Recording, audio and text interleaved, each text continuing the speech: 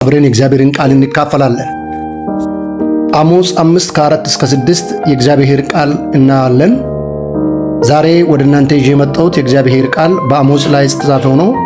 እግዚአብሔርን መፈለግ የሚል ሐሳብ ነው። እግዚአብሔርን መፈለግ የሚለውን ሐሳብ በአሞጽ መጽሐፍ ላይ የተጻፈውን የእስራኤል ሕዝብ በአሞጽ ዘመን የሚፈልጉበትን 3 ታዋቂ ቦታዎች እንደሆነ እናያለን፣ በክፍላችን ላይ ማለት ነው። በዚህ በክፍላችን ላይ 3 ቦታ ይጠቀሳሉ በመጽሐፍ ቅዱስ ላይ። የመጀመሪያው እስራኤላውያን ገልጋሊን ይፈልጉ ነበር። ሁለተኛ ቤቴልን ይፈልጉ ነበር። ሶስተኛ ደግሞ በርሳቤን ይፈልጉ ነበር።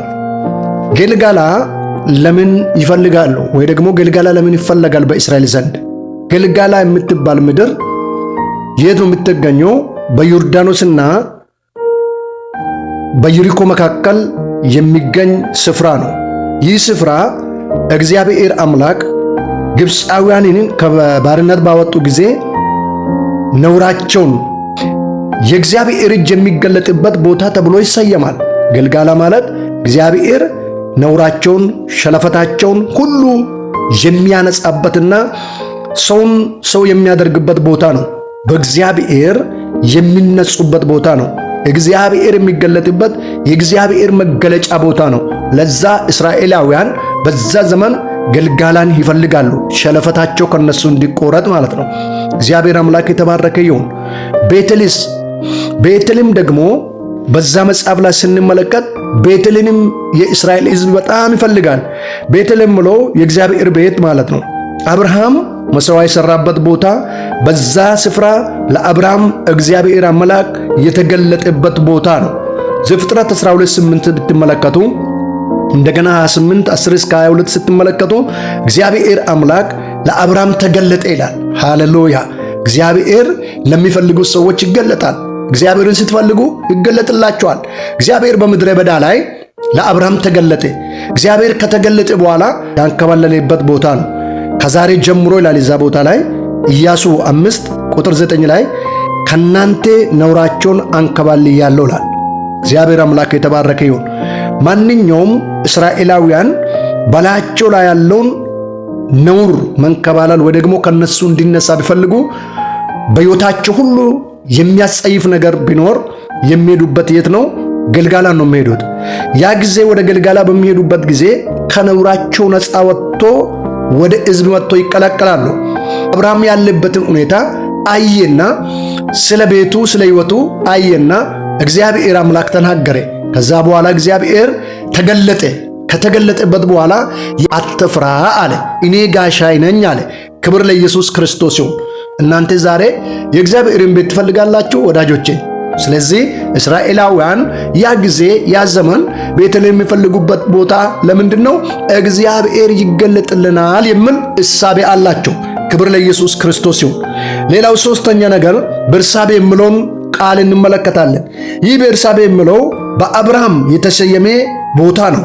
ይሄ እግዚአብሔር አምላክ ለአብርሃም ከተገለጠ በኋላ በምድረ በዳ ላይ በነበረበት ጊዜ እግዚአብሔር አምላክ ለአብርሃም የታየበት፣ ከዛ በኋላ እግዚአብሔር ራሱ ከአብርሃም ጋር በነበረበት ጊዜ የነበረበት ምድረ በዳ ሁሉ በነበረበት ሰዓት በርሳቤ ነው።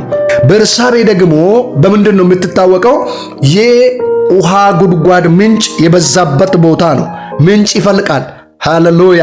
ምንጭ የሚፈልቅበት አገር ነው በርሳቤ።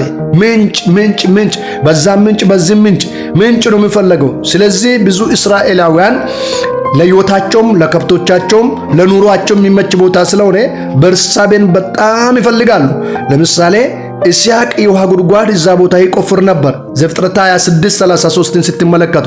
ስለዚህ ወገኖቼ በርሳቤ ስታስቡ ምንጭን ነው የምታስቡት ማለት ነው። ብዙ ጉድጓድ በዛ ቦታ እንዳለ የአባቱን የአብርሃምን እርሻ ወይ ደግሞ እዛ ቦታ የነበረውን ሲያገኝ ኢስሐቅን ያባረሩ ነበር፣ ኢስሐቅን ያስቸገሩ ነበር።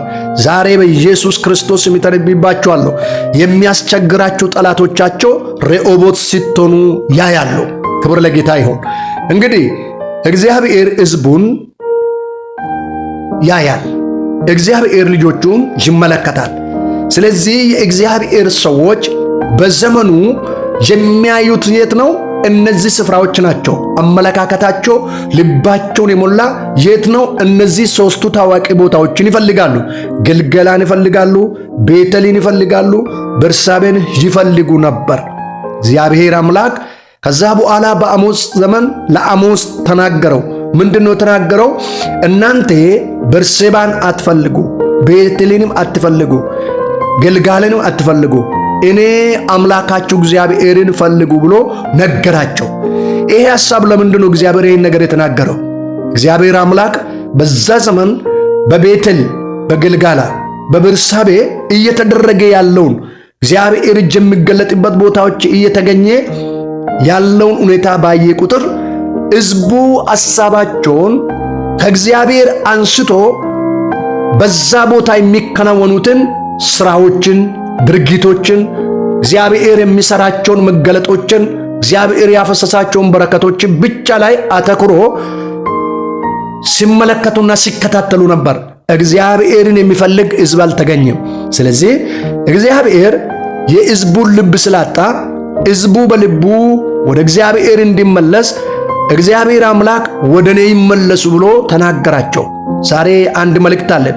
ይህን የማዳን መንገድ እንዳልሆነ እንዲረዱ እግዚአብሔር ለአሞጽ እኔን ፈልጉ በሕይወት ትኖራላችሁ አለ።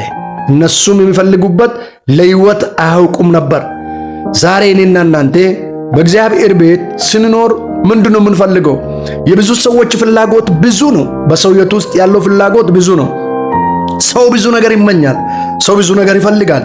እስቲ አንተ ዛሬ የምታዳምጠኝ ምንድነው ያንተ ፍላጎት? የእስራኤላውን ፍላጎት ያኔ ሰዓት እነዚህ ታዋቂ ቦታዎች ነበረ። ገልጋላ ነበረ፣ ቤቴል ነበረ፣ ቤርሳቤ ነበረ።